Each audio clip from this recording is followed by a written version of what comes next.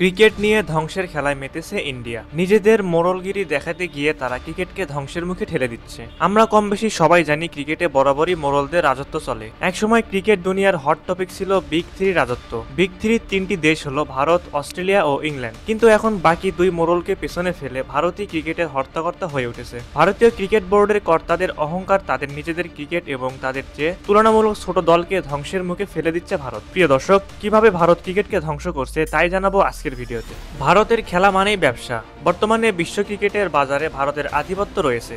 আইসিসির যে কোনো আয়োজনে ভারতের ম্যাচ থেকে একটা বড় রাজস্ব পায় আইসিসি। ভারতের খেলায় দর্শক চাহিদা থাকায় অন্য যে কোনো ম্যাচের চাইতে গুরুত্ব পায় তারাই। তাই সেই কারণে আইসিসির লাভের সিংহভাগও পায় ভারত। নিঃসন্দেহে তাদের প্রভাব প্রতিপত্তিও বেশি। চলছে চ্যাম্পিয়ন্স ট্রফি। এই টুর্নামেন্টের একক আয়োজক ছিল পাকিস্তান।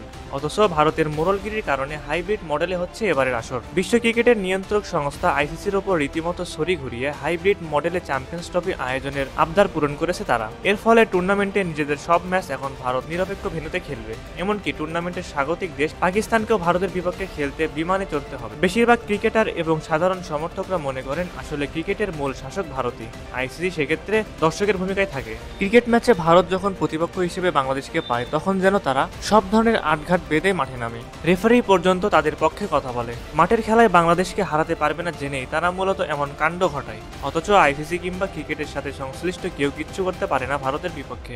ইন্ডিয়ান ক্রিকেটের এমন কর্মকাণ্ড যেন কেউ দেখতে পায় না, চোখ থাকতেও যেন সবাই অন্ধ। তবে ভারতের এই মোড়লগিরি বাস্তবতার খাতিরে অনেকে মেনে নেয় না, কারণ জনসংখ্যা উন্মাদনা, স্পন্সরশিপ আর ক্রিকেট জনপ্রিয়তার মাপকাঠিতে ভারতের তুলনায় বাকি দেশগুলো অনেক পিছিয়ে রয়েছে।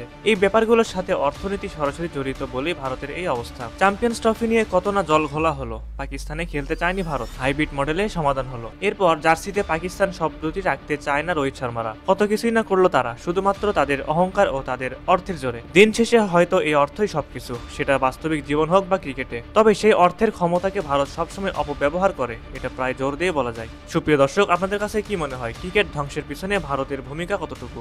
আসলে কি ভারত ক্রিকেট দল তারা ক্রিকেটকে ধ্বংস করতে চায়? অবশ্যই আপনারা আপনাদের মূল্যবান মতামতটি আমাদের কমেন্টের মাধ্যমে জানাবেন।